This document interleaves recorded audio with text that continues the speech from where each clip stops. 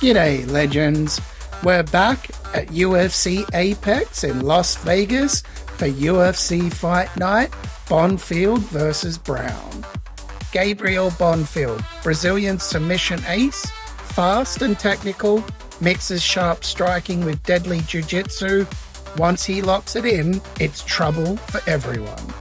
Randy Rude Boy Brown, long, experienced striker, great at controlling distance and landing clean counters, tough, composed, and always dangerous in the clinch.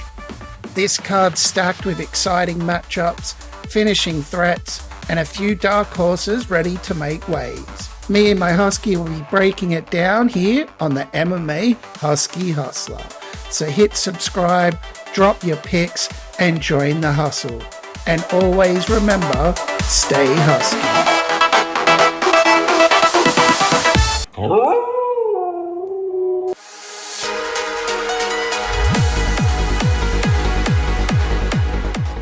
Kicking off the card, we have in a catchweight bout, Jackson McVey taking on Zach Reese. McVey thrives in chaos. He's a forward-moving brawler who uses pressure and power to break opponents early. He doesn't overcompensate things. He's all about walking you down, throwing heavy hands, and forcing exchanges that test your chin and composure. If McVey gets into rhythm, his combinations start to flow, and his confidence snowballs. He can win by overwhelming Reese before Reese can settle in, particularly with that left hook or overhand that lands clean when he closes the distance. His best path is to keep it ugly, keep it violent, and get him out of there inside the first round. Reese is a sniper, tall, rangy, and dangerous. And if he's given space, he can pick his shots. He can use his kicks and long strikes to frustrate McVey, forcing him to rush into mistakes. Reese also has that killer instinct. Once he smells blood, especially with his knees and elbows in tight, if he stays composed and manages distance, he can land up a clean counter or drag McVey into deep waters where technique takes over. His best path is to maintain that range, punish the entries, and find that finishing moment once McVey slows down. McVey brings fire, but Reese brings control. Eventually, his precision will beat the pressure. Give me Zach Reese by KO. What you need, making everything go your way. In the bantamweight division, we have Miles Johns taking on Daniel Marcos. Johns is a compact powerhouse with crisp boxing and explosive wrestling in his back pocket. He wins when he can dictate pace, staying tight, cutting angles, and landing clean shots as his opponent overextends. If he times his right hand or mixes in takedowns to break Marcos's rhythm, he can steal rounds and chip away. His path is pressure in bursts, explode, reset, and frustrate Marcos into second-guessing over 3 rounds. That control and discipline can win him a hard-fought decision. Marcos is slick, fluid, and thrives in longer striking exchanges. He's dangerous when he can get into flow, long combination, sharp leg kicks, and overrated sense of timing. Marcos doesn't need to force the finish. He breaks opponents down with volume, clean shot selection. If he keeps Johns at the end of his strikes, uses movement to stay off the cage, and keeps it standing, his precision outpoints and can carry the fight. His path is keeping the fight clean and technical. Touch Johns up early, take over late. Johns will have moments with his power and takedowns, but Marcos's pace and composure should take control of the fight as it wears on. Give me Daniel Marcos by a decision. Because I didn't want to deal with myself tonight. My thoughts get drowned until I feel all. In the women's strawweight division, we have Tecia Pennington taking on Denise Gomes. Tecia wins with movement, precision, and pace.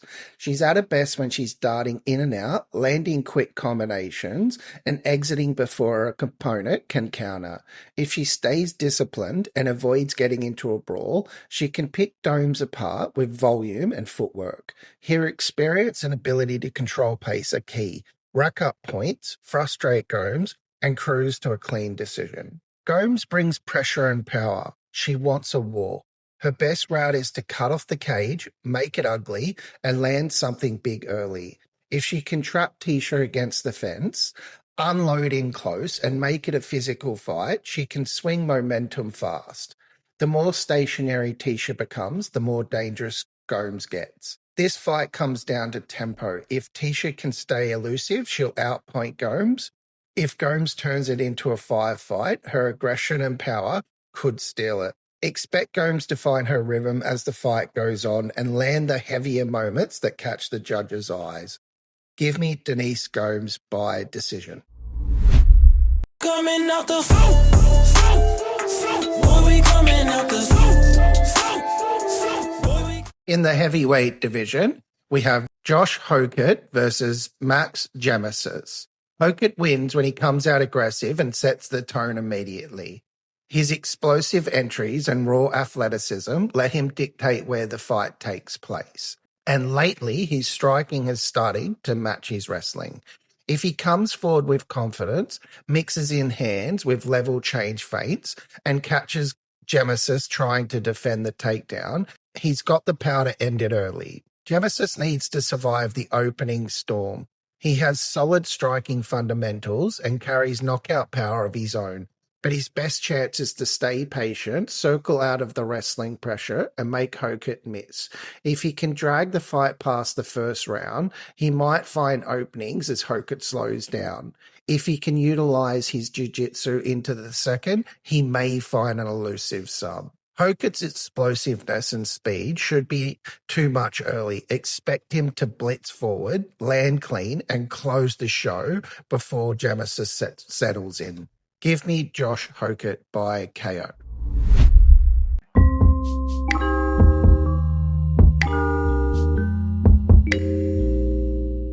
In the women's bantamweight division, we have Mayra Silva taking on Jacqueline Cavalcanti. Silva wins when she turns the fight into a dogfight. High pressure, constant forward movement, and aggressive clinch exchanges. She's dangerous with her submissions, especially her front chokes and arm bars. She's not afraid to take one to give one. She can close the distance and drag Cavalcanti into the kind of fight and force grappling scrambles. She can overwhelm her with pressure and optimistic finishing instincts. Cavalcanti's strength is in her composure and well-roundedness. She can keep things tight, use her jab and low kicks to control reins, and defend Silva's submissions while scoring points on the feet. If she stays disciplined and avoids the heavy clinches, exchanges, and uses angles to frustrate Silva, she can edge the fight on activity and accuracy. Silva will come forward recklessly, but Cavalcanti's patience and sharper technique could allow her to stay one step ahead. Expect Silva to have moments of aggression, yet Cavalcanti to weather them and outpoint her down the stretch. Give me Jacqueline Cavalcanti by decision. I lost my body in the thunderstorm. Somewhere over.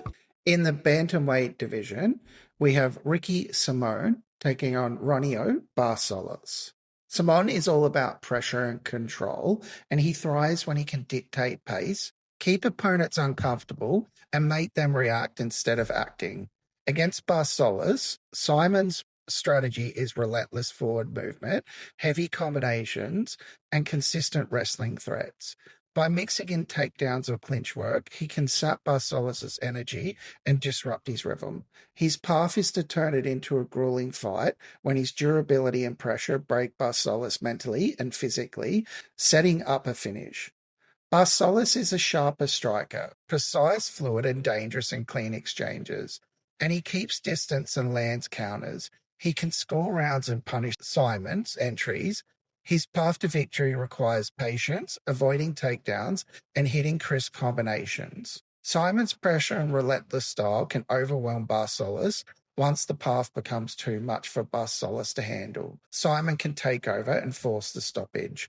Give me Ricky Simón by KO.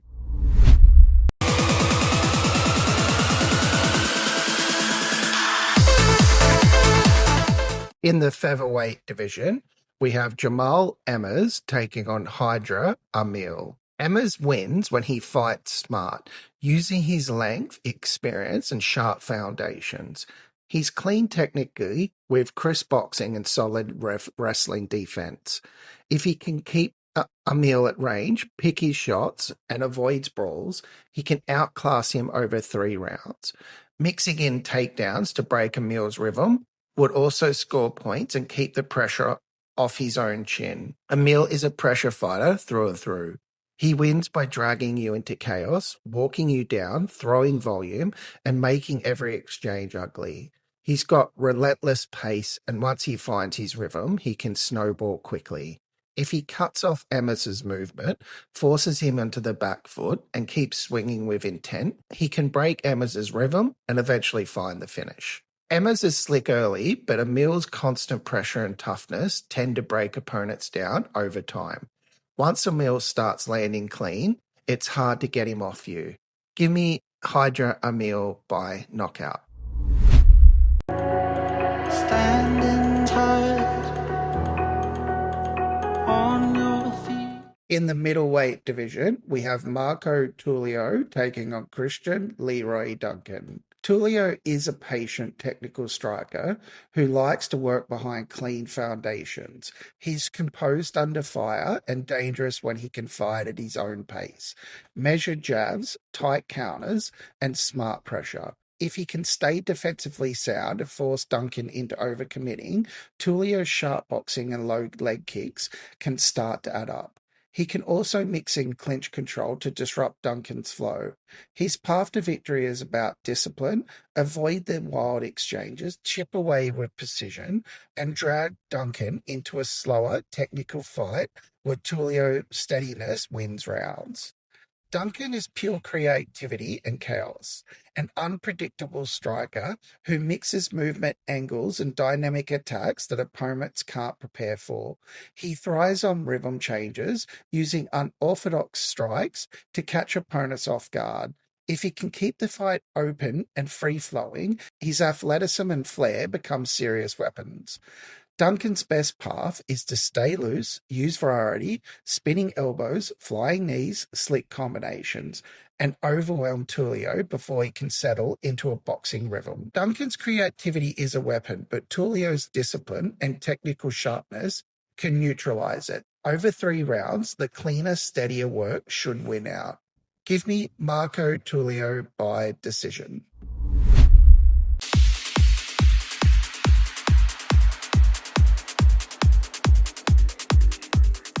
In the lightweight division, we have Ismael Bonfim taking on Chris Padilla. Bonfim's best route is to stay sharp and disciplined, keep the fight at boxing range, use his hand speed, and avoid getting dragged into wild exchanges. When he's in rhythm, he's one of the cleanest punchers in the division, capable of outclassing opponents with crisp combos and sharp counters. If he can maintain distance and keep it technical, he can outpoint his opponent over 3 rounds. Padilla is the definition of grit and persistence. He doesn't need the fight to look pretty. He just needs to make it his kind of fight. Expect him to pressure from the opening bell, walk through some shots, and turn it into a brawl. If he can smother Bonfim, make it uncomfortable, and land the heavier, dirtier shots in close, he can wear him down. Padilla's durability and pressure can force Bonfim to fade, and once he smells that drop in pace, he can pour it on. Bonfim starts strong, but Padilla's relentlessness, forward pressure, and toughness swing things late. The more chaos it gets, the more it suits Padilla. Give me Chris Padilla by knockout.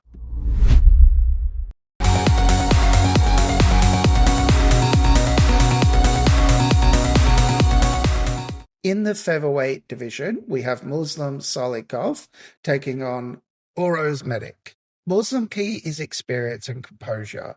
He's a calculated striker who reads patterns quickly and punishes aggression with surgical counters. Against a fighter like Medic, who thrives on chaos and forward pressure, Muslim can weaponize patience, draw him in, slip the big shots, and answer with precise counters or spinning attacks.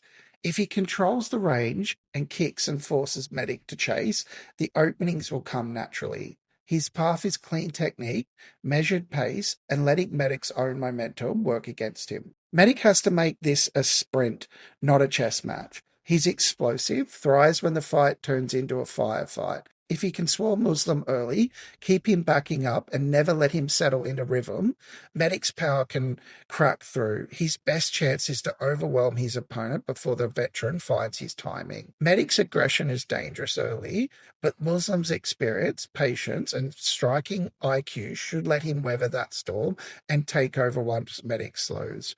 Give me Muslim Salikhov by KO.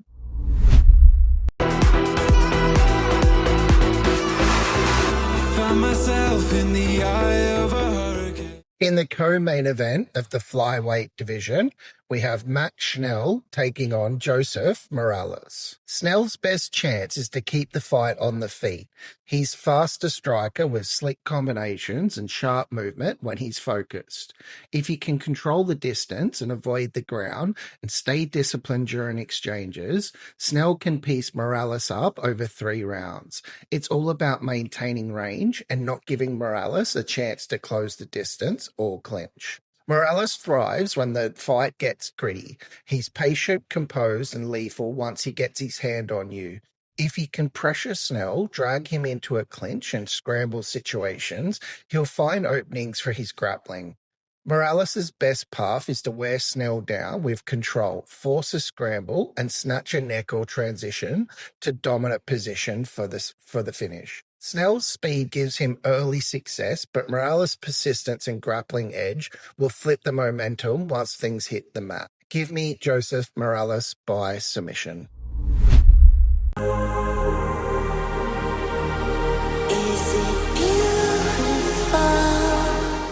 And in the featherweight division of the main event, we have Gabriel Bonfim taking on Randy Brown. Bonfim wins when he imposes his pace and mixes in striking with grappling threats. He's dangerous the moment he closes distance, chaining his strikes into takedowns, and hunts for submission off scramble. If he can pressure Brown, force clinches, and create openings on the ground, Bonfim's submission game is sharp enough to capitalize, whether it's a guillotine, rear naked choke, or arm triangle once Brown overcommits. Brown's path is to keep things at range, use his jab and counters, and avoid letting Bonfim get inside. He can frustrate Bonfim with distance, manage with force, and a longer tactical fight. He can outpoint him over the 5 rounds, but Brown must stay aware of the submission traps at all times. Bonfim's pressure and grappling prowess give him the edge. Once he initiates a scramble or drags Brown into a clinch, he can lock in its submission before the fight reaches the judges. Give me Gabriel Bonfim by submission.